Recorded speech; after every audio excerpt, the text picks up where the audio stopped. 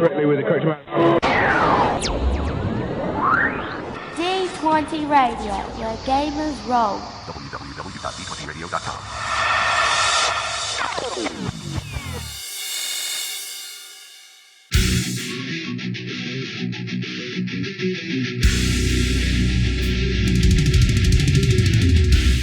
Welcome to Me and Steve Talk RPG, the podcast where me and my friend Steve try and help you get the most out of your role-playing game experience.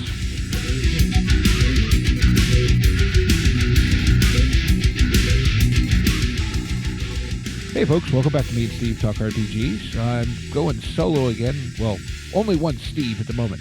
We'll get into some fun stuff here in a minute, but before we get into the topic for this week, I wanted to let you know about another podcast here on the D20 Radio Network, and this week we're going to shout out Eberron Renewed, which is an actual play podcast, which, as you might guess from the title, specializes in the Eberron setting. Now, I'll be completely honest and upfront, I haven't gotten around to listening to them for a while. I did listen to their entire first campaign, which was done using 5th edition D&D rules. I listened to a bunch of their second campaign, which used an adaptation of Genesis to play Eberron. And I know they are currently in their third campaign, which I believe, at least at one point, they were intending to use a custom system for. So you and I and anyone who likes Eberron should go check out the Eberron Renewed podcast because, well, it's a very good show. And they're big fans of Eberron, and Eberron is cool. And I've met Eric and Philip and Jeff, at least from the cast, at GamerNationCon before. They're all really cool people. So, yeah, go check that out. And, of course, there's also a bunch of other podcasts on the network. So listen to them, listen to us, check stuff out, enjoy stuff. So with all that, and I mentioned GamerNationCon. So one of the people that I got to meet this year at GamerNationCon, or actually, well, technically 3 people, and I met them before GamerNationCon technically, because we got a ride together from the hotel to this convention site, and then I got breakfast and then hung out with them for a few minutes in the donut shop. And that was the folks from the Tabletop Empire YouTube channel. Specifically, in my case, it was Joe, who you heard a few episodes back when we did a kind of GNC recap episode. But I also met one of the other cast members from the Dark Underworld series, Noah, and of course, Nate, the GM. And this week, Nate has been kind enough to join me to talk about Tabletop Empire, why Star Wars is the greatest single role-playing setting in the world, and probably some other things that we'll get to. So, hello, Nate. Hello there. How's it going? Not bad. How are you? Doing good. Happy to be here. Well, glad to have you. So, okay, yes, I said Star Wars is the single greatest setting. Yes, no, right? Like, I'm not going to say it's for everything, but I've thought a lot about this. And the thing is there is so much you can do in the Star Wars universe, so many different types of stories you can tell. Yeah, with different themes, different feel, like different what's the word? It's like the difference between like Clone Wars and Andor and everything in between. Like you really can have any kind of story in Star Wars. You can. And now I think there are certain, say, tones or specific things that particularly the current edition may not handle as well as other systems, but that would be shoehorning that genre into Star Wars as opposed to, like, to play Star Wars-y things. I think this system is wonderful. Yeah.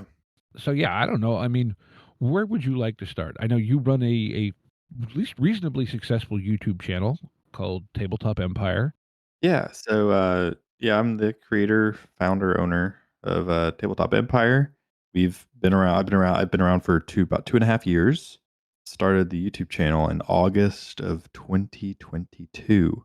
And the original plan, when I was planning the channel in March of that year, was to launch with both like educational content with a whole series on like how to play the game, as well as an actual play. And I started planning this before we moved to Florida. And then we moved to Florida and didn't have internet really for like our internet was a MiFi box that got like 1.5 megabytes down and like 0.1 upload speed.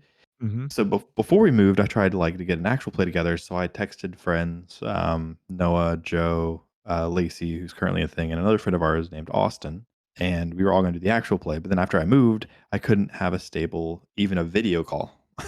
So Jeez. it was like, okay, well, I guess the actual play is going on the back burner for a little bit, and kind of did a lot of the educational content for 2 years on like how to play the game, how to be like a better GM for the game, that kind of stuff. And then finally got good enough internet to do it. So started planning. And then this past January, we started. I reached back out to the four and was like, hey, you guys still interested in being players in an actual play? And three of the four were still available. And so then found Jeff from RPG Sessions who was interested in being the fourth. So we chatted for a little bit and he seemed like a good fit. So we added him in. And yeah, people seem to be really enjoying it, which is nice. Yeah, well, I can say this. Before GamerNationCon, which was what now, a month and a half ago, basically? Am I Yeah, almost 2 months ago now. Well, yeah, getting close. I I wanna say I had heard of your channel, but I had never, like, gone and really checked it out. Between then and, I don't know, when 2, 3 weeks ago when I talked with Joe, basically, I got back from GamerNationCon and went, "I need to check this out." And I devoured the first segments of Dark Underworld that you had up there. Now, I know you just released one, was it yesterday as we're It's every recording? Tuesday night. Okay. Well, I guess every Tuesday night we're not on a break. Okay, so but anyway, you just, as we're speaking, came back from a break this week. I have not gotten that episode checked out yet, but I really, really enjoyed that first.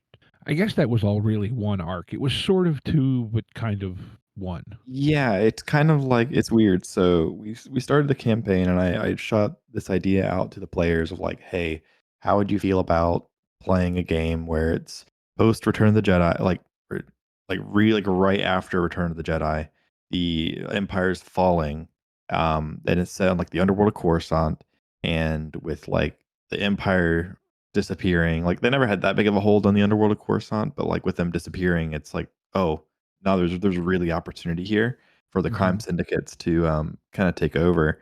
And so I was like, well, what if the players like were trying to be one of the powers to take over the criminal underworld? And so that's kind of was the main plot idea. And Act One really, they kind of ended up pursuing some other side plots that kind of helps. That's going to help them like further the main plot. Um, so Act One was kind of like getting the characters used to each other. Uh, like everybody doesn't as apprehensive of each other at first, so slowly kind of becoming more of an actual team. And there's, as with anything, there's a couple like steps backwards with like trusting each other and stuff that have been kind of fun moments, and more of those in Act Two at the beginning.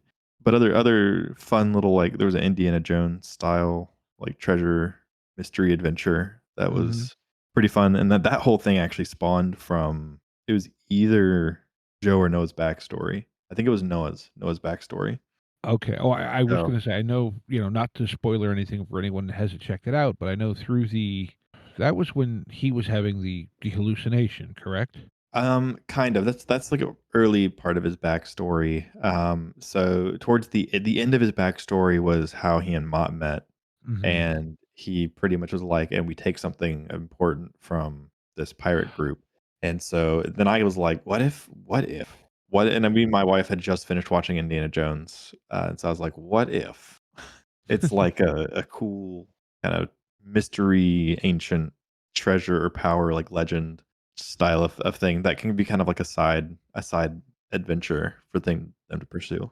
I think that works well though, like you said, because I know every time I have put together a new table for a campaign or whatever, there is that growing pain of at least a couple sessions where even if most of the table has played together before, or especially like if these two have played together and these two have played together, you know what I mean? So there's familiarity, but it usually takes a little while for everyone to figure out how this specific table and these characters play together. Mm. And I think, in my experience too, playing online as you guys do, that process seems to almost take a little longer. It I does. don't know if it's just because you can't read body language as well. Yeah, I mean, it helps in our case that, so like I've known Lacey, Noah, and Joe in person for ranging 7 to 10 years. Mhm. And so like for example, like Noah's my best friend, best man at my wedding. We met our freshman year within the first week of our freshman year of college on our dorm mates, and then ended up being roommates. And so we've played a bunch of games together. So we just kind of know how each other works. Mhm. Um, Met Lacey and Joe kind of through the same friend group, but they were kind of both on opposite ends of that friend group. Um, and so had a pretty good friendship with Lacey for a little bit, and then Joe, I kind of knew of Joe, but I also knew he was very like a theatrical personality and stuff. So like even when we play games like Avalon or like One Night Ultimate Werewolf or something, like he'd get really into like a character or that kind of thing. So I was like, dude, he'd be so good for an actual play. I need to reach out to him and see if he'd be interested.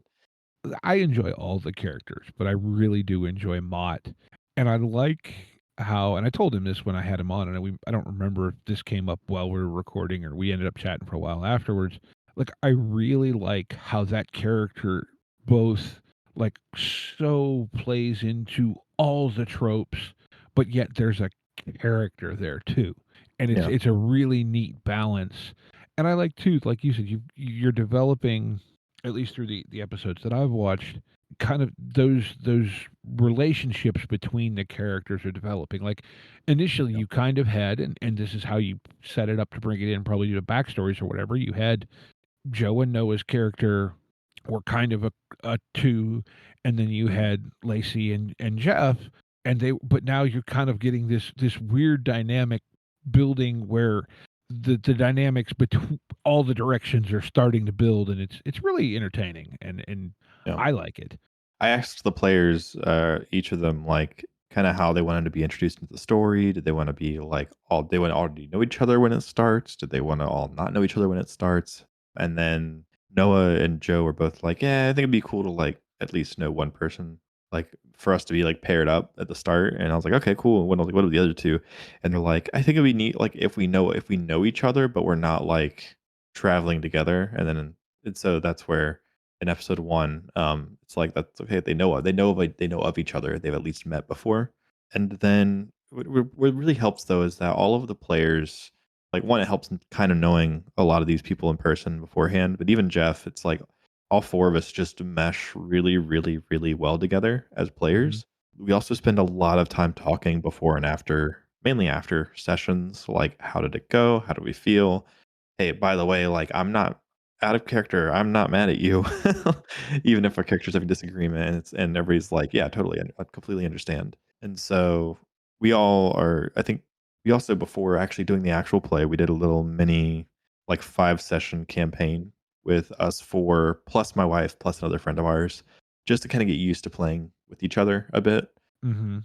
which was helpful. And then we ran Trouble Brewing, just us four, with our characters for this actual play. So that way they could kind of like figure out how their characters are going to role play. And then doing like hard, like, that was a quote unquote like alternate timeline story. So Mhm. it's just purely practice for their characters, figure out how they work and how they were going to role play them and mesh together with each other and stuff. So we've done a little bit more like prep beforehand than I maybe would have done if it was a non-broadcasted game. Like I required all of them to write actual backstories, like at least I think I said at least a page and a half. I want at least a page and a half of a backstory just to give me things to go off of for the campaign and whatnot, which normally I don't really require backstories. I typically tell my players like, hey, if you give me a backstory, like I can do really cool things with it. But if you don't, then I don't really stress it either. So I mean, like, well, yeah, right. Like, you need somewhat of a concept of your past, even if you don't have a written backstory. I think that right.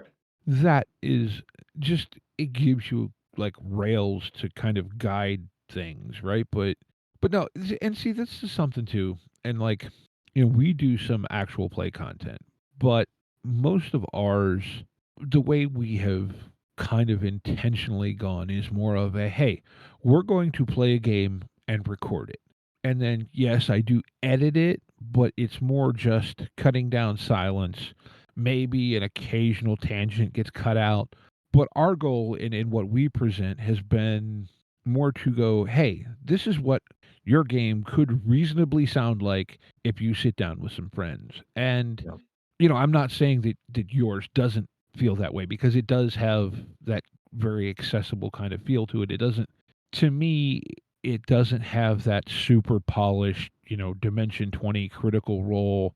And not that there's anything wrong with that. I know you and I talked about this Yeah. conversations while we were at GamerNationCon, that like Critical Role is kind of its own thing, because not only is it at compared to all of us, certainly it's a very high budget production, but also they're all professional actors. you Yeah. know, yes, okay, this point it is a job, but these are skills they have spent years honing to earn a living that they're now using to play a fun game for profit. Yeah. I think it's a little unfair for most of us to expect that of a group of random people that sit down. And yet, it's also, to me, it's like, hey, look, this is what it legitimately can be. Yeah.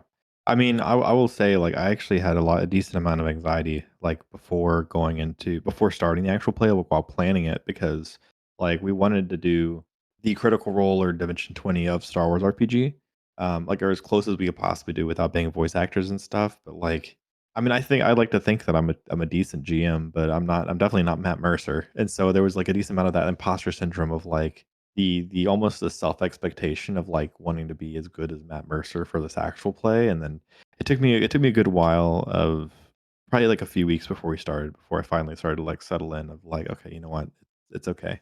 Like, and a lot of audience people that like I'd kind of chatted to about it over like a live stream and stuff. They're like, yeah, you don't need to be Matt Mercer to run a Uh, good actual play or to be entertaining or No, I mean, so. it's be yourself. And like, I think I told you about this way back when, but I'll share it for the audience, even though I've mentioned it in previous episodes. Seth Skorkowski did a video about the Matt Mercer effect, that comparison, I think I've whatever. seen it.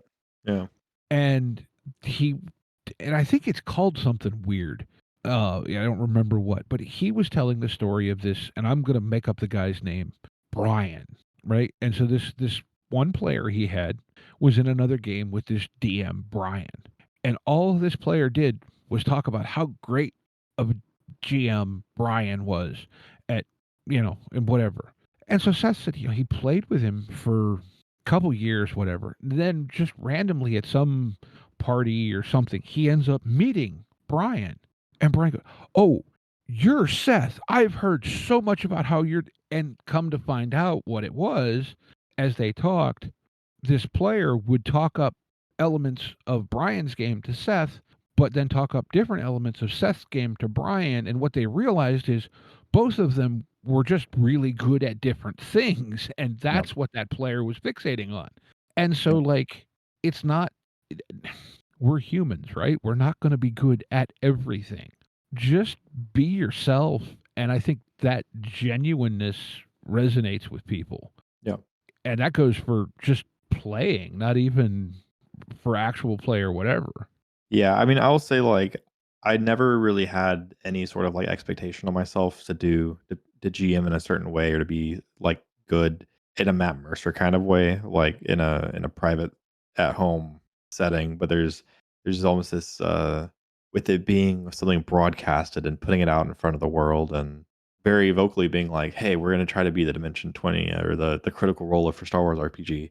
It's kind of like putting that expectation on ourselves a bit, which but it's also like understand we're not Critical Role. I'm not Matt Mercer, but like we're gonna try our hardest to at least like production wise put on a show that it's a real tabletop RPG stuff. Like we don't have the players don't know the main story or what's going to happen. I don't know the whole main story what's going to happen yet because it depends on the players and plan it week to week with a general idea of overarching structure of kind of some details of how it's going to work. But yeah, it's also trying to focus on like studying, okay, well, what makes Critical Role so good and what makes Dimension 20 so good and what makes like other, and I don't want to knock on any other Star Wars actual plays, but I've kind of like looked at a couple on YouTube and they've never really been able to grip me. And I was trying to like figure out the difference of like what makes Critical Role in Dimension 20 different than random Joe Schmo's actual play on YouTube. And what I realized was that at least with Critical Role, the focus is on the players and the GM as far as like the camera and webcams and stuff or whatever they use. You're not looking at necessarily their dice rolls. You're not looking at their character sheets. You're not looking at all that stuff, like the focus is on the players and like the players, their facial. You can see their facial expressions with how they interact with each other, and really like that's what's interesting. People are watching for the players playing, not for your dice and your sheets and stuff. And I find a lot of people that just do actual plays, either to be whether for fun or not, that are kind of newer into the content sphere. They're playing on either no camera, or if they do have a camera, it's like 720p and really, really small. It's like 20% of the screen real estate. And then they have like character sheets blown up to half of the real estate of the screen and stuff. So it's kind of like choosing, like looking at what actual plays are focusing on and then trying to be like, okay, well, let's focus on the actual players. Mhm. Well, I think too, and I can say from a personal perspective, a lot of video actual play has been very difficult for me, and yours hasn't been. Part of that being that most of the time I spend consuming that type of content is more or less listening to it while I'm at work. Now, I Yeah. may have the video on, my phone may be set somewhere where I can see it, but I'm much more listening to it, and Dark Underworld for me has been very much something that, while I may be listening to it, it doesn't have that uncomfortable dead space that a Yeah. lot of That's the we edited out. So partially I think it's two things with even just listening. One is the sound, like sound design and sound production. So we have an editor who cuts out all the dead space between like when I talk and that internet delay of like 2 seconds or whatever, and then on top of the player thinking of what they want to say for 6 seconds, the editor cuts all of that out. So it's very seamless when you're listening to it. Two, it's going to be the oldest rule of content is audio matters more than video. Like somebody can listen to a video with bad video and it won't be off-putting. But if you can watch a video that has 4K beautiful footage, but if the audio sounds like hoodoo, it's gonna it's gonna immediately like make them want to click off. And then three, I think for me, it's a well-timed sound effect to keep the listener immersed into like the world. Like, oh, like that ship sound of the speeder speeding off. That's like it makes me feel I'm actually like listening to the movie, or like I'm actually there. It helps me picture, like put Mhm. myself there. So Yeah, like I said, like I said, I really enjoy it, and like I enjoy how you make the show. For whatever that means to anyone else, I don't know because I have been told at times that I have odd tastes, but hey, whatever. Uh, but like I really enjoy like the story. Now I do have a question, and again, I won't don't want to get into spoiler territory, but how much of the farm came from you versus how much was Joe? how much Just of the what? the farm. The farm. That was Joe. Okay. Well, kind of. So, like, Joe had his backstory was probably the shortest of everybody's. It was about a page, but it pretty much was that, and without trying to spoil anything too much, that he escaped this place. A little bit of details about the person who ran it, but and then he tried to escape with somebody, and they failed, or the other person failed to get out with him, and then he met up with Ragro and stuff. And that's really is like one page. So a lot of the farm was me going back and like adding on to what he kind of laid the foundation for it. I Mhm. kind of built the walls and filled them. And there's actually a plot twist in episode 10 that was my wife's idea. So that Joe had no idea about that either.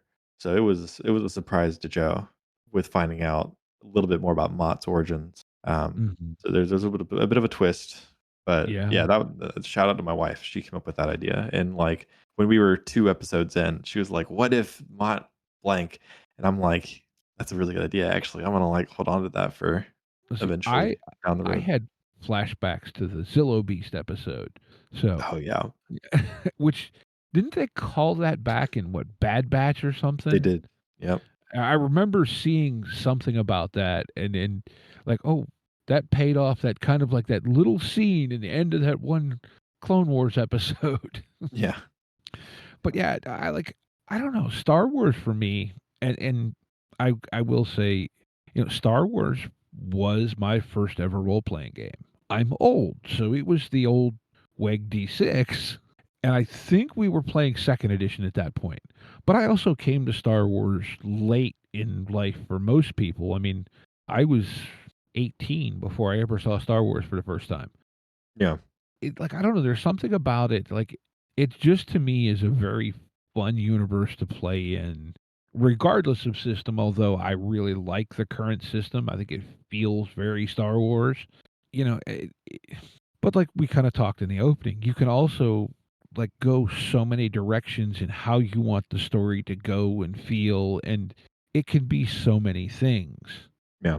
And I don't know, I think it's just the universe and a lot of the details for those of us who really, really, really, really care about Star Wars, or at least like whether that just be like two movies or the OT or the original, the quote original saga, or all 9 movies or 11 movies, and all the shows and everything. Like there's even if you just like A New Hope, like there's still this just different feeling with the universe that I don't think any other franchise has really fully ever been able to come close to, at least for me, like capturing the feeling of Star Wars, I guess.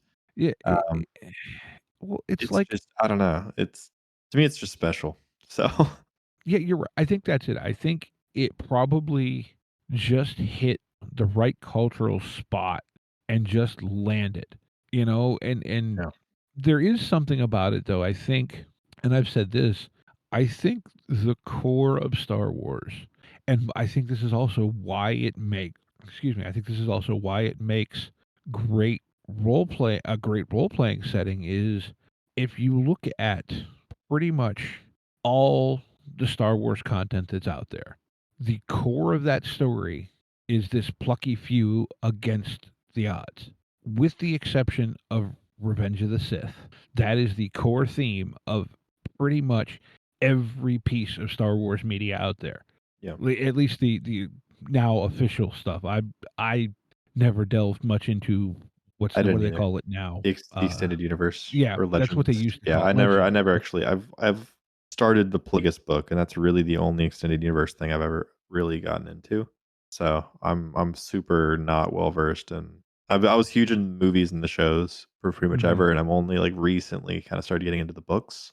mhm. So But I think that, like I said, the plucky few that is every RPG campaign ever, right? it is, yeah, And, like, to me, especially, like, I remember the first time I watched Rebels going, "God, this feels like an RPG game." yeah. You know what I mean? Like, this sort of weird mishmash of characters that, well, yeah, there's some sort of convoluted way that they ended up together, but, well, it really doesn't make sense, but here we are, so this is where we're going from. Bad Batch for me, like the way the episodes are written, and like the stories of the individual episodes to me feel like a lot like a tabletop RPG game. Mhm. Especially a bunch of, like, season 2, there was a bunch of kind of filler episodes. It felt like most of the season felt like filler to me, but even in those filler ones were still fun to watch because it was like, "Oh, man, I could totally see this temple being like a Star Wars RPG thing." Mhm. Right, and I think the other thing to me that makes it such a great, role-playing setting is the fact that it is so well known, so you describe certain things and everyone knows what you're talking about.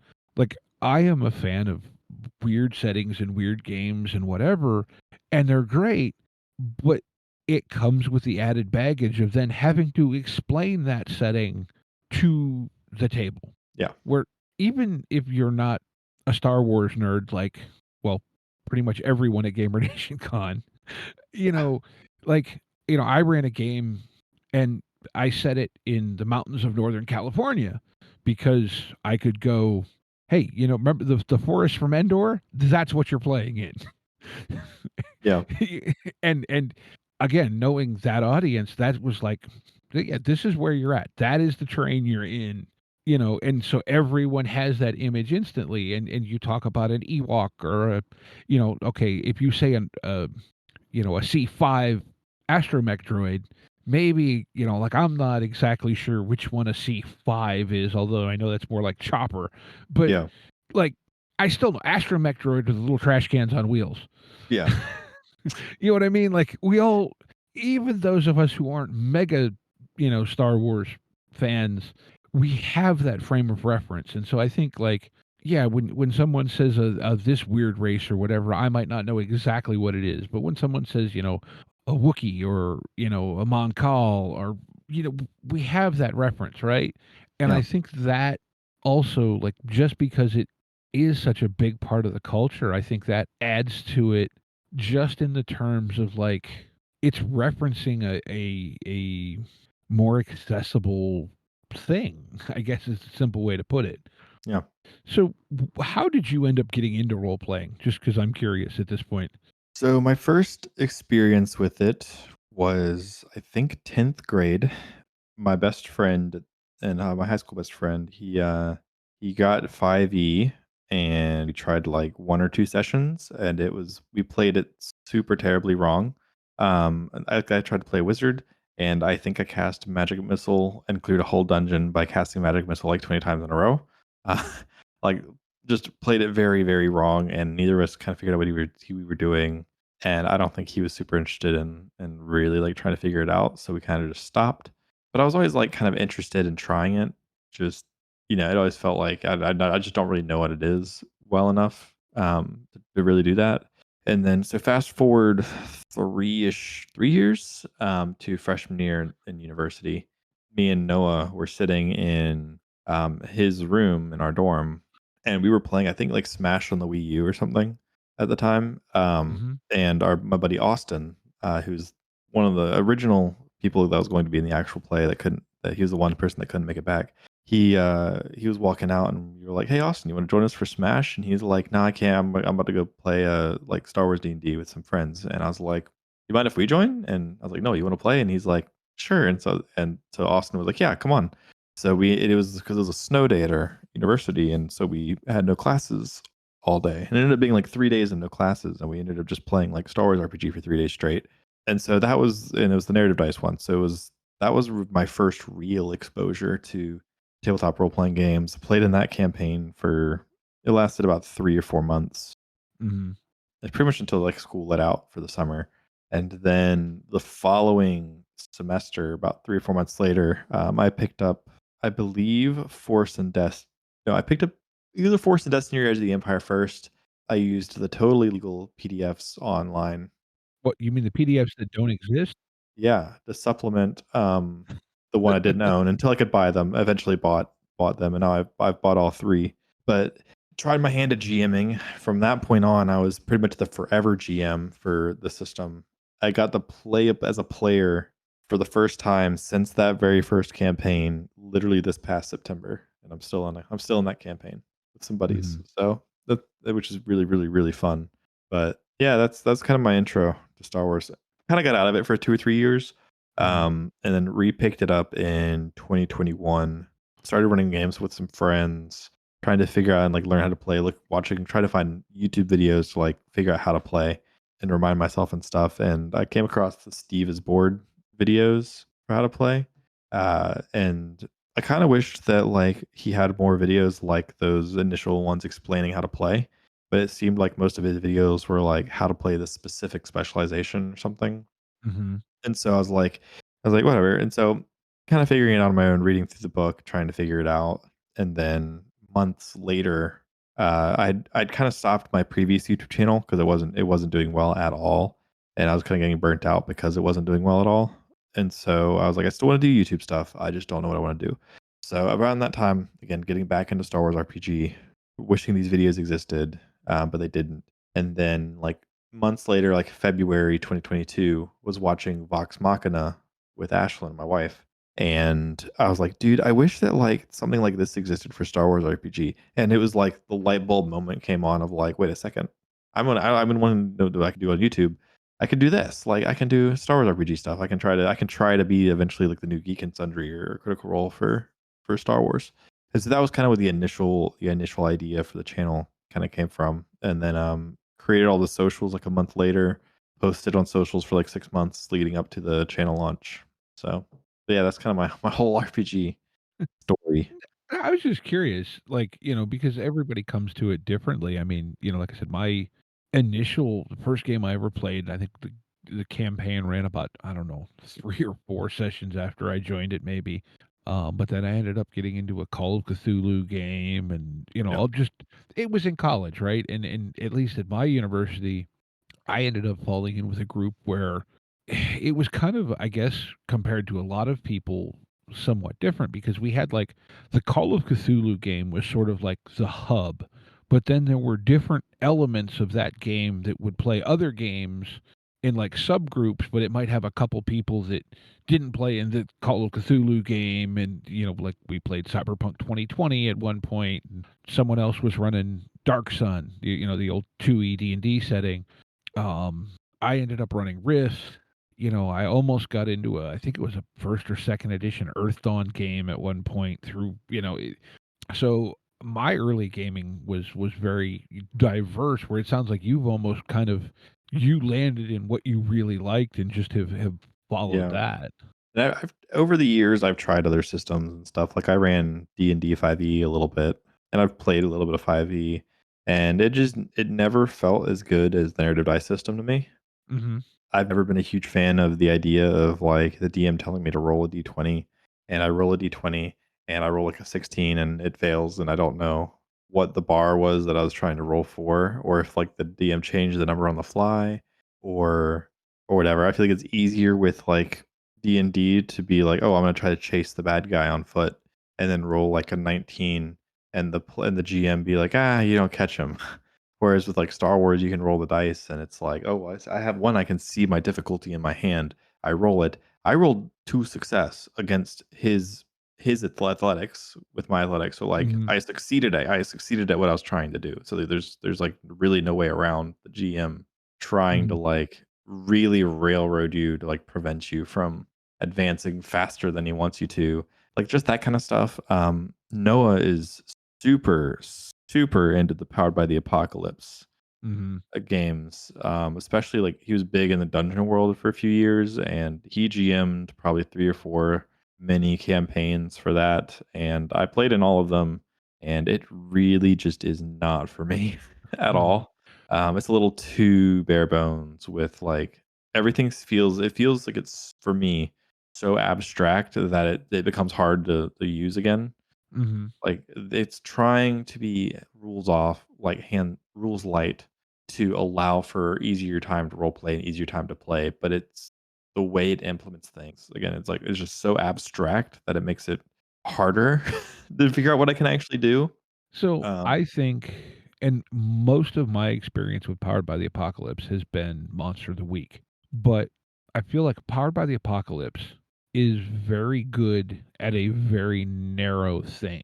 And how the game is set up defines what that narrow thing is. I don't know Dungeon World in particular, it's pretty much like a D&D variant of Powered by the Apocalypse.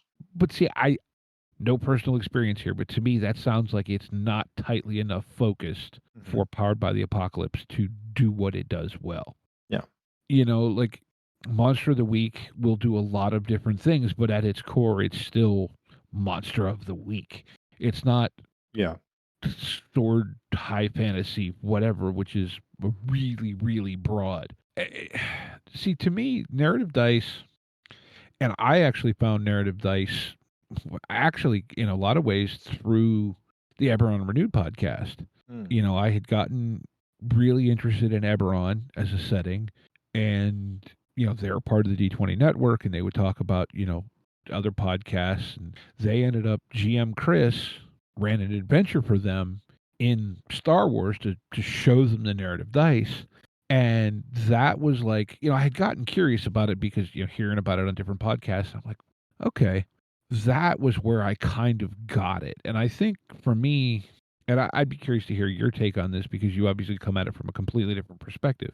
To me, as a player, and what I tell people to do if I'm GMing using narrative dice is more, don't think of it like you said. You want to chase the guy, so I'm going to make an athletics check. Just say what you want to do, and we'll figure out what to roll and how to roll it. Right. Think action first, not check Skill first. check first. Yeah. And I think I tell people in a sense, almost think the game backwards. Yeah. And the hardest thing for me personally, because I've been a huge video game person since I was 5 in my grandmother's basement on the SNES. So like for me coming into tabletop RPGs, the first 5 years of the 10 years now I've been doing it, I kind of approached being a PC from like a video gamer perspective. And so coming at it from like looking at my skills and kind of like meta making my characters like strong and whatnot. And I really just did not enjoy being a player, which is why I kind of GM'd whenever I could for Mhm, that reason. But it was kind of around like 2019, 2020. There's actually the channel How to Be a Great GM with mhm, Guy Schlanders.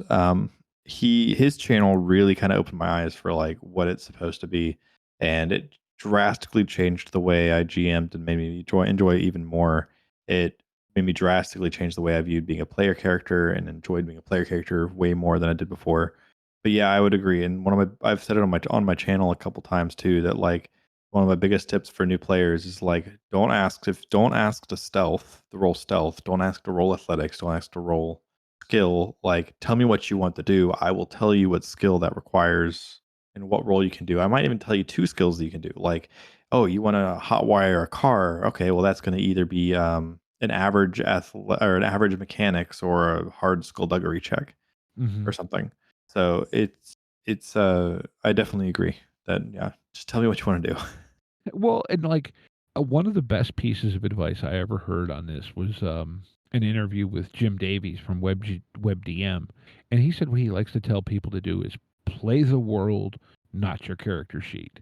Yeah. And I think like for me, I played some video games, but my video game stuff has always been much more like racing and sports games as Yeah. opposed to I mean like I played some of the Final Fantasies and whatever, and I played World of Warcraft for a while. But like, and I say this all the time, on the podcast, whatever, I get a completely different fix, if you want to call it that, from tabletop RPGs than I do from a video game. Because at its core, any sort of video game, there is a mechanic to be exploited. And there is a quote unquote win state, Yeah. whether it means you beat the raid or you whatever. Tabletop RPGs don't need to be that. Yeah, it's just telling a Tabletop story. RPGs are the weird thing. Yeah. Do the things that the coder didn't expect. You know what I mean? Because you can. Yeah. You I don't know how else to better say it, but like the fact that you're sitting there playing either actually in person or virtual with other people and this is a malleable story like you said, in Dark Underworld, that it has gone different directions because of what the players did. And Yeah. then, I know this happens to me as a GM. I do something intending to push them in one direction and they go somewhere else, you Yeah. know. And there's sometimes as a GM, like there are ways to kind of rein them back a little bit into what you were planning to, and without like making their choices obsolete or stuff, like figure out like how you plan and like reweaving it back into the story in certain ways. It's definitely but it's also a fine balance. There's been times where as a GM, like you could pull the reins a little too hard, and then it feels like it's not smooth for the player's experience either. It feels like their agency kind of gets taken away a bit too. So it's like finding that right balance of like as a GM, you have a bigger story kind of in mind a lot of the time. And so trying to get them like somewhat to that end path and let them decide which path leads there. But sometimes getting them to there you pull a little too hard. Well, So as someone was Brett's fond of saying, the quantum ogre theory. There's an ogre in the end of whatever tunnel it is you go down. yeah. There's only Yep. one ogre, but it's where you decided to go. Yeah. But no, I think that's a thing. Yeah. And now you mentioned that I haven't watched too much of your instructional videos on your channel. I have watched a few, like the two interviews you've done with Sam Stewart, some of that stuff. What do you do with your instructional stuff? I'm just curious. Yeah, so I actually started the channel with what I call the Beginner's Guide series. And it was like 17 videos going through every chapter of like the mechanical rules of the game. And so, like, video one was just what is Star Wars RPG, explaining the three different rule books and what the system is.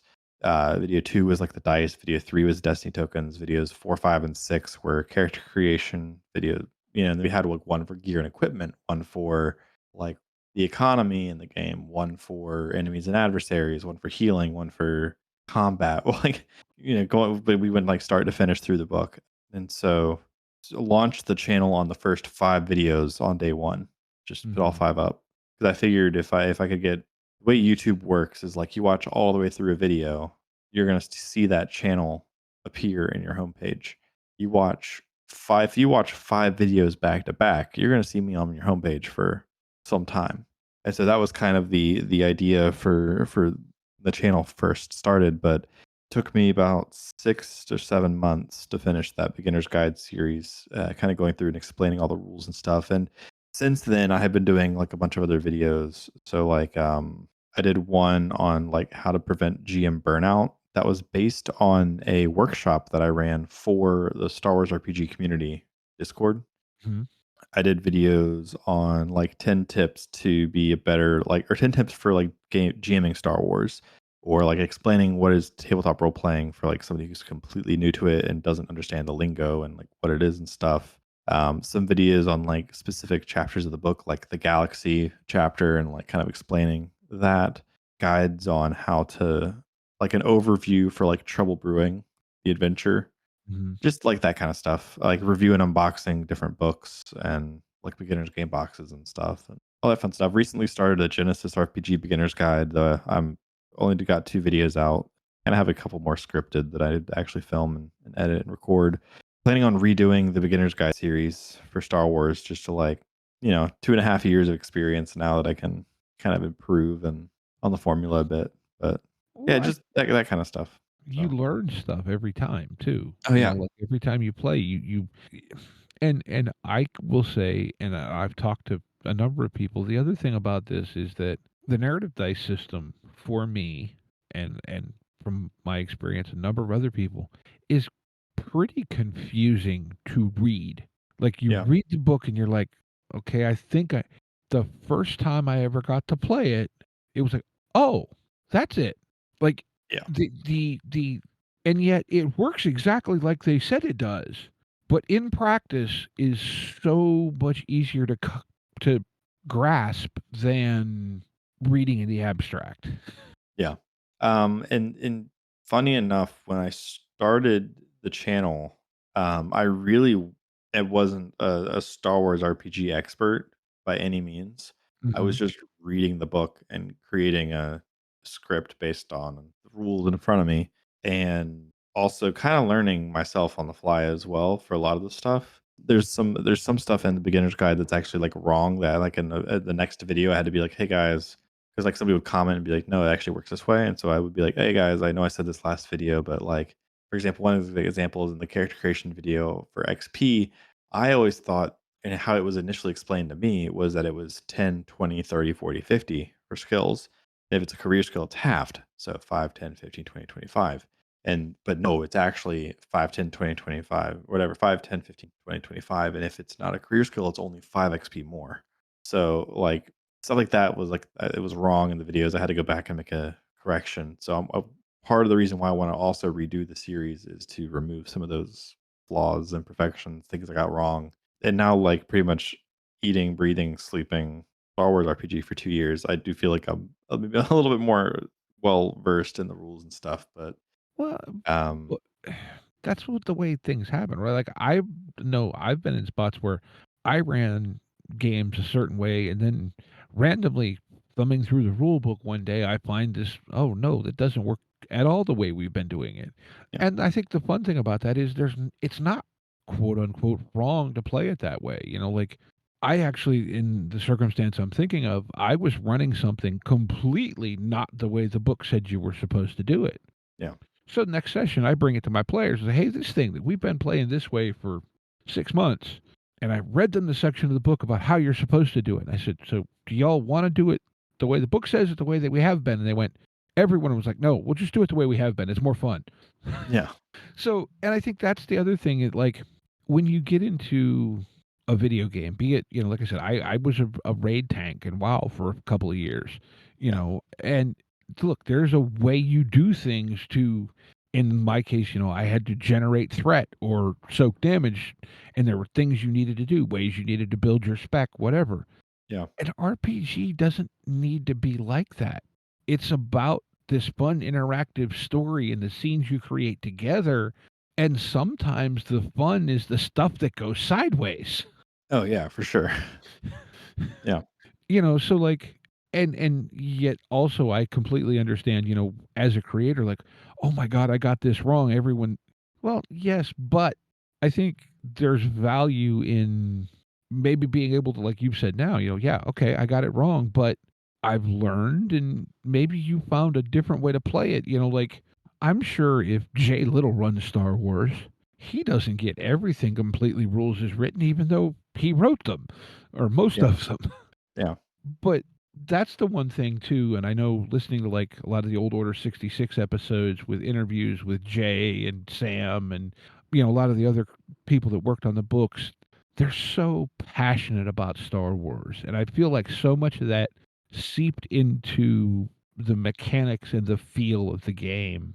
And Yeah. I think that maybe is I think why it connects too, right? Like Yeah. I know when we interviewed Jay, he was telling us the story that the distribution of the symbols on the Force die is directly inspired by Luke asking Yoda, "Well, is the dark side stronger?"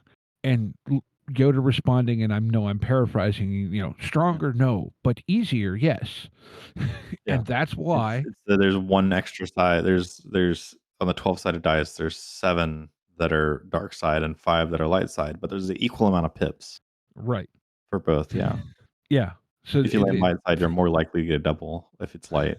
that was why are an equal number of pips, but more faces with dark side. Yep. And just to me, like that's that's saying, like, look, these people were deep into this when they made it, and I think that's why it just feels Star Wars. It does, yeah. And a lot of people are now saying that they want the license to move to somebody new, and I'm like, I really don't. Like, I love the narrative dice. I want them to continue making this system thrive. I want this system to thrive again. So I'm hoping with these current reprint effort that they're trying to do that it can kind of bring the Star Wars system a little bit back into mainstream a little bit. So, I mean, I have a lot of thoughts in this area, and the way the line has been handled since the sale of Fantasy Flight Games. It, look, I It has know been great. Sam is still theoretically the head person at Edge. I think he's doing the best with the hand that he's been given. Yes, but like it has been. Look, I've said it, and I'll say it here. If you were to write a treatise on how to kill a system, it Yeah. could say, "See the Edge FFG Edge transfer." Yeah. You know, I mean, and part of it really isn't their at least at the beginning, part of it wasn't their fault because it's like they initially transferred and then COVID hit and then there was no production for a year and then they had to get everything back and they're still playing catch up from that, well, that's but the it's thing still too. just yeah, it's so unfortunate. And then you add in the layers of what they have to deal with licensing with Lucasfilm, and like I don't mean it's hard for me. Like I don't want to say I'm angry about it, but there's part of me that's like disappointed in things. But at the same point, it's like I swear it's not that anyone wants to kill it. I understand from a financial standpoint, from a management standpoint, why someone would say, "Oh, it's time for a new edition or a new system." I think the cool thing about that in the context of an RPG is, though, there will be the community that loves this system that keeps it alive. Yeah. Look at how many other games, like, good heavens, there's a system, a website out there dedicated to keeping the old TSR Marvel phase rip system alive. Yeah. I think there are going to be people that keep this engine alive, whether it's supported or not. And I think it's fortunate for us that we now live in an era with 3D printing and all the things so that, hey, people can make the dice even. I mean, there's the copyright issues around the symbols and this and that. And I Yeah. understand all that. I don't want to say, right, don't respect intellectual property law and all that. At the same point, if you're doing it for personal use, it's not really illegal. Yeah. Yeah, and I kind of view it the same way, and honestly, like, the only thing that is copyrightable is the symbols. So Hmm. even if you, like, you recreate the dice and just make your own symbols for success, failure, advantage, threat, triumph, despair, like, you can't copyright a game mechanic. That's why the Genesis is able to exist, is because they literally copied the system and just changed the symbols around, and voila, it's their own IP and their own Hmm. game now that they own. Yeah, it's but like I yeah, I've heard a lot of the talk like you said, and I'm with you. I want to see it come back. I don't really want to see the narrative dice system go away though. I think it Yeah. works right for the setting. They have to do I think it's definitely an uphill battle for Edge if they wanna bring the system back. They have to regain a lot of people's trust, and it really, like, I think the most ideal thing they could do to, like, fix the system, to bring it back would be, 1, to make it way easier to get a hold of the 50 whatever books they have for what they currently have, just make it available for purchase, and then the second thing would be start pumping out, like, make a new edition and then make content for that, to get people excited for something new that you can do. Because really, like, they've made, I feel like, everything you can make with Star Wars RPG, like, in its current form. I don't really know. I tried to make a video. I had a video concept for, like, my predictions for the book they announced in 2023, and I came up with, like, I could only think of three potential things it could be, which was like either it's a second edition, or it's an Old Republic book, or it's a New Republic book. Like, everything else has been covered so far, like, unless they wanna invent new careers entirely.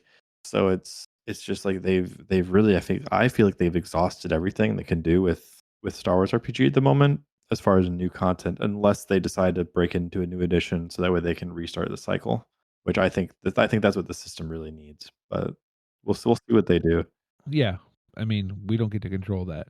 I feel like yeah, I actually agree with you. I mean, other than okay, you'll get people say, "Oh, we want a Mandalorian book." Well, it's fine, but what do you really need it for? It's all fluff. You already have all the important stuff. Yeah, like, I never get that either. Like, what is in a Mandalorian book that you guys want, that you people want so much? Like, it's I just Edge mean, of the Empire.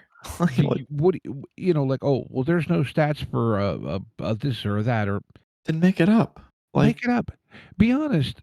Go through most of them are really damn close to being reskins of something else anyway. And yeah, those of us who GM do that all the time anyhow. it's not hard to say that, like, yeah, Beskar armor is stupid expensive, but it has, like, let's say 5 soak. I don't know. Like, it's like, you can, yeah, I don't know. I agree with you. I don't understand the need or the want for a Mandalorian book. Well, like I'm just, pulling that out because heard a lot of talk about that. But I have to. Yeah. eh, or I mean, Bad Batch. I mean, look, if you've got what is it, Collapse of the Republic, Rise of the Separatists, and what was the third one in that era? It was Or just 2. was it just two? But It those was just books 2. combined with some Edge and maybe a little bit of Force and or Dawn Destiny. of Rebellion is the other one I'm thinking Age of. Age Rebellion. Yeah, or Age. I don't know. I think I've got Yeah. the books here somewhere, but I The don't have them The like Rebels book coherent. and the Force and Destiny book, like, that can get you, and the Clone Wars books, that'll get you there. Yeah, you can get to wherever you need with what they have out, and I think that also puts them in a weird spot from as a publisher, company trying to make money. Like, well, where do we go? And that's really where, for me, the issue is, like, it's not Edge's fault. Like, if you're gonna be mad at somebody, be mad at Asmodee.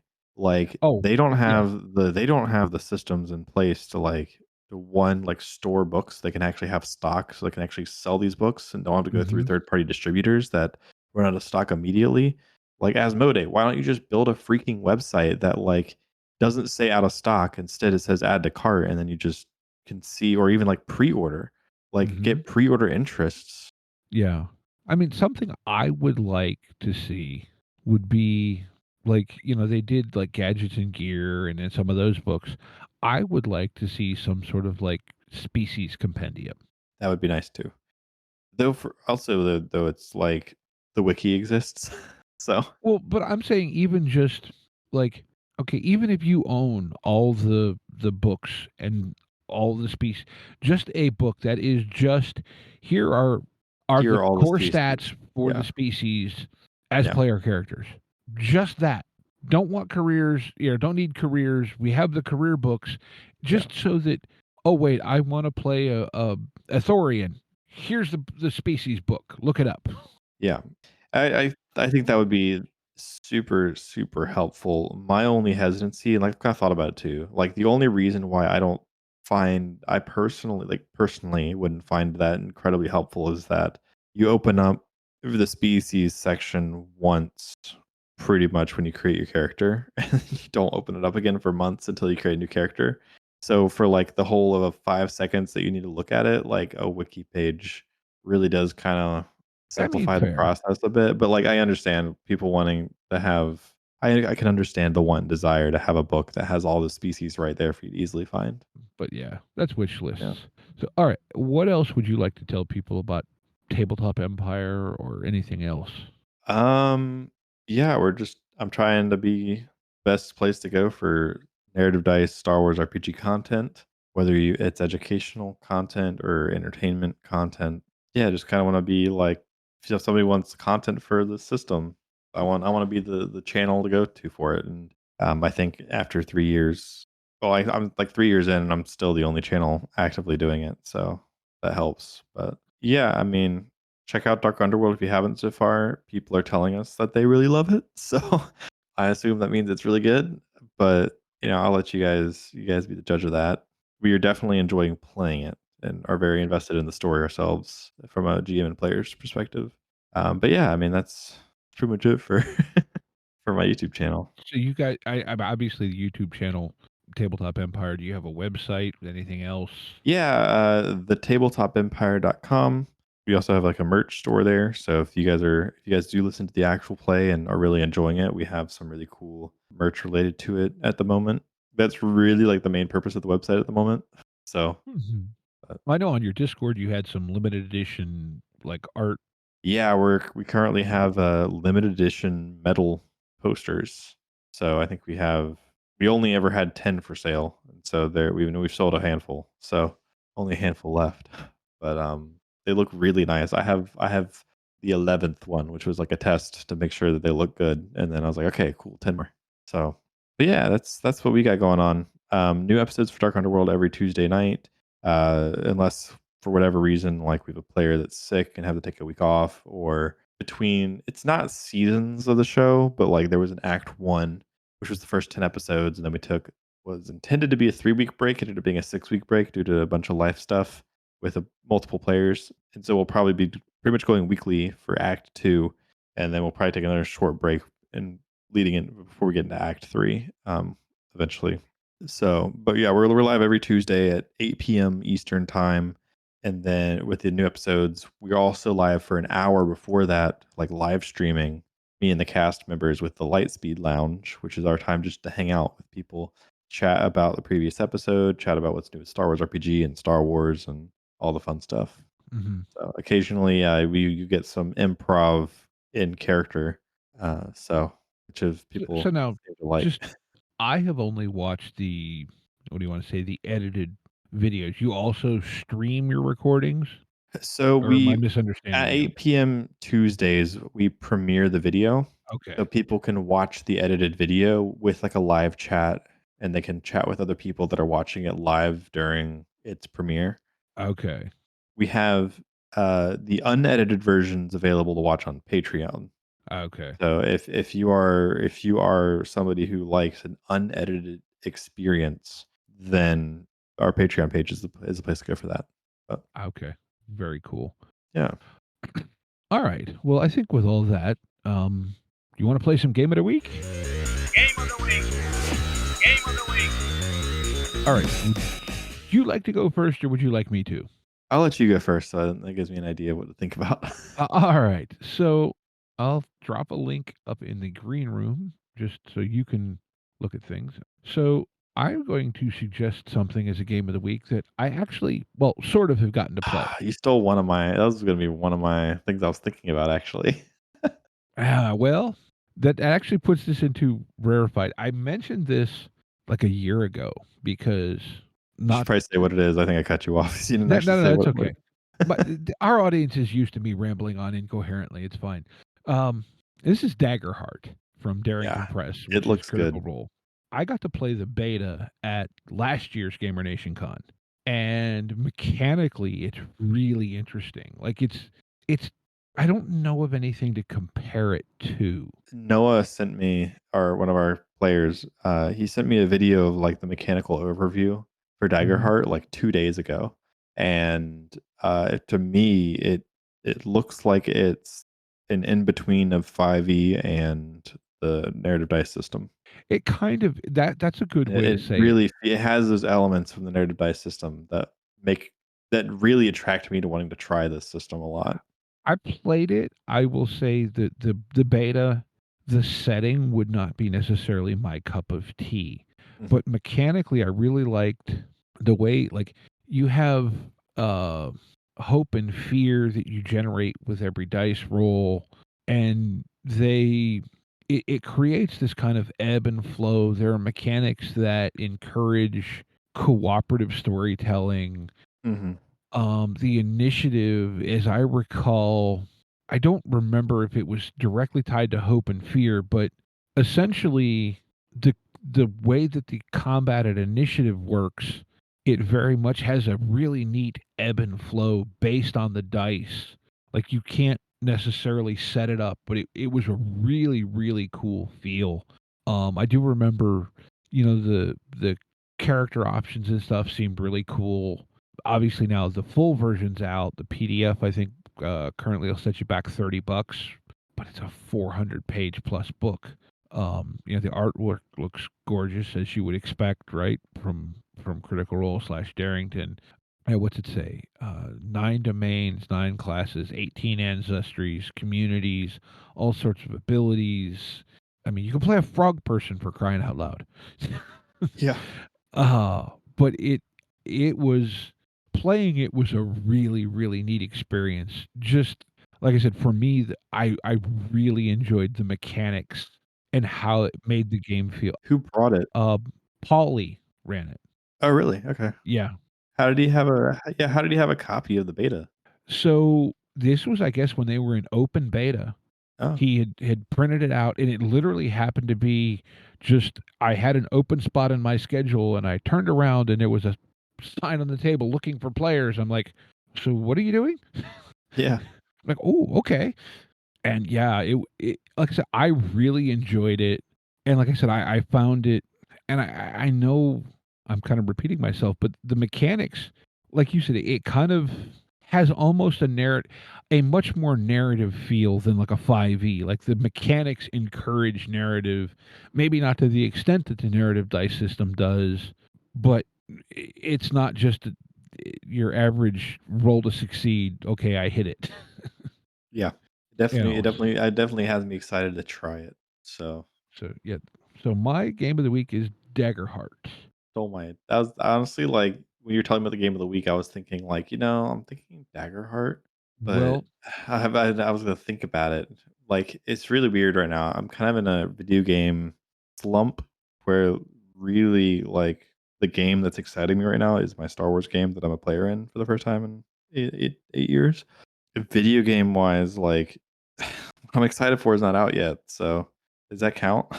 I mean, It's it not. can, sure. Sure. Okay. I guess. So Kirby Air Riders is currently the game that is most exciting me on the Switch. It's coming for the Switch 2, supposedly this year. So I guess maybe I'll say the first Kirby Air Ride on the GameCube if I had to choose a current game. Okay. Super nostalgic game for me. It was one of my favorites as a kid. A sequel or remake or port or anything has been my. It's never going to happen, but it's still at the top of my Nintendo wish list. And I grew up on Nintendo, so I'm a huge Nintendo fanboy. And so it was like it's never gonna happen. Like it never did perform well. It didn't sell well. They're never gonna make another one. And then with the Switch 2 Direct, they announced Kirby Air Riders, and nearly cried. I was actually on the plane on the way to GamerNationCon when they Oh, announced when I was watching that direct. So yeah, that's probably like I guess yeah, Kirby Air Ride probably my game of the week, and Kirby Air Riders super excited for. The only well, reason that's I cool. pre-ordered a Switch 2 was for that game. So I won't tell you what the most current game platform system I own is, because you'll laugh. I'm gonna be 30 in a year and a half, and this is the very first console I've ever bought on launch. I was like 8 months late, 8 or 9 months late to the Switch One. I was like 2 or 3 years late to the newest Xbox, a year or two late to the PlayStation, and most of those I got when we didn't have rent for 2 years. So now that we have a mortgage, money is a little tighter, but I bought my PS, ironically, like a week or two, like a month before the DualShock platform dropped in price. oh yeah, So that dates it a little bit. Yeah, my original PlayStation. I think I have a first gen PS2 that's actually hooked up upstairs right now. That I bought used and I've had for 18 years now. It still works. But yeah. the most current system I own is actually a Wii. Oh okay, yeah, It's just not my thing. Like, I mean, I enjoy video games, but as much as there are things I would love to play, I keep going, you haven't turned on the platform system you have in 3 months. Why do you yeah. want to go spend $500? And yeah, that's kind of where I'm at with most of our cons with our PlayStation and Xbox. Like, I don't think I'll ever get another one. Really, like my wife's more of a single player gamer, so she kind of likes the maybe having one. But I'm more of a PC gamer at heart. Mhm, Um, and Nintendo, so like a Switch for like when I'm mhm, on the go is really nice. So, but I've been kind of in a video game slump, so I haven't really been playing all that many video games recently. mhm. Um, been busy with 2 children, wife, day job that's 40 hours a week, YouTube channel, guitar lessons as well as a side income. So it's I'm I'm busy. So, I hear that. I hear that. I have yeah, a more than 40-hour a week job, plus the podcast, plus trying to game, plus trying yeah. to practice guitar, and oh my gosh. Any other number of projects I'd love to be in the middle of that I Oh, haven't got there. I one thing I kinda want to talk about is you're also a big metalhead. A bit, yes. Yeah. I know from Sa your Discord profile you're a metalhead. What Yes. particular genre is your thing? I'm kinda lean more into the prog metal sphere a little Okay. bit, as well as, like, melodic metalcore. Okay. So my intro into metal was like Killswitch Engage.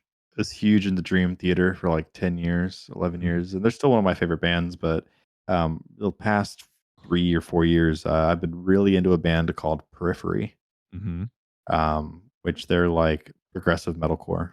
mhm. Um, I know of them. I'm more thrash is kind yeah, of my thrash. like, Testament, Overkill, Yeah, up through Black Album, Metallica. yeah. I saw Testament actually with Lamb of God, Killswitch, and Huntress in like 2012. Mhm. They put on a good show.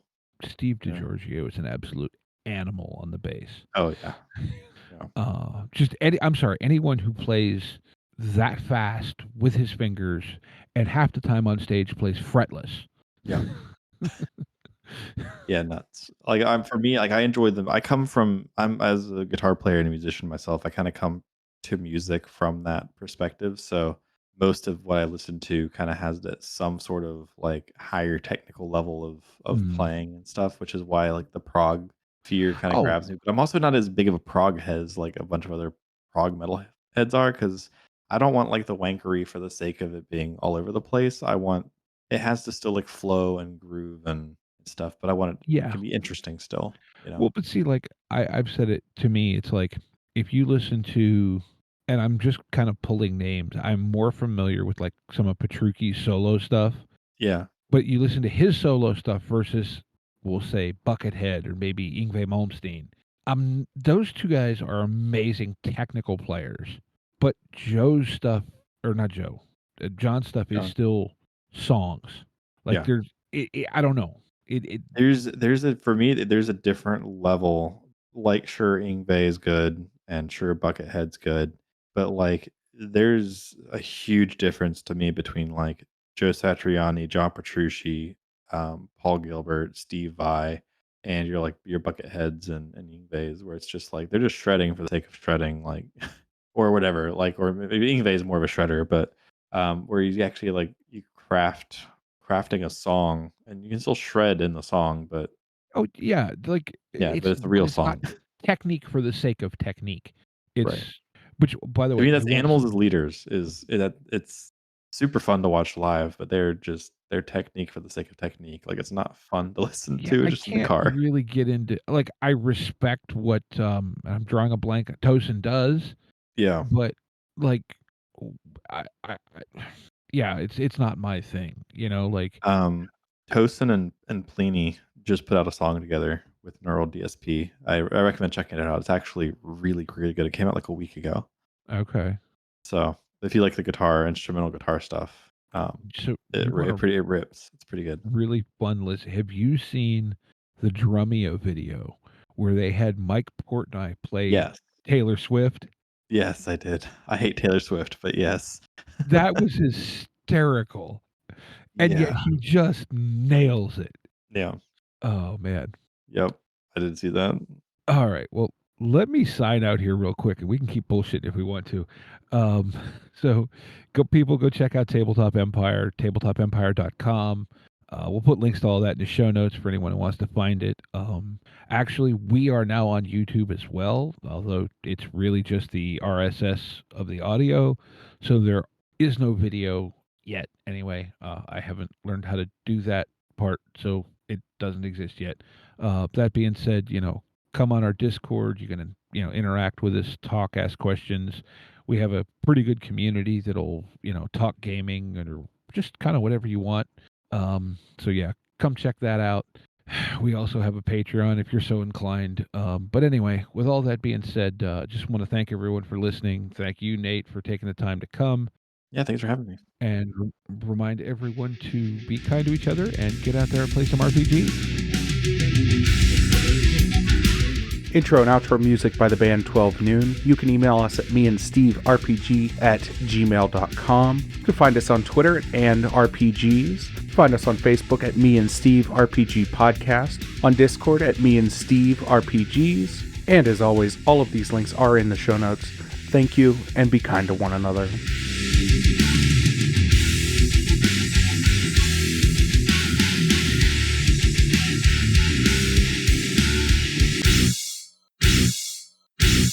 How much for the cigar? Cigar, $20, dog. You gotta go down the street to the store and buy that.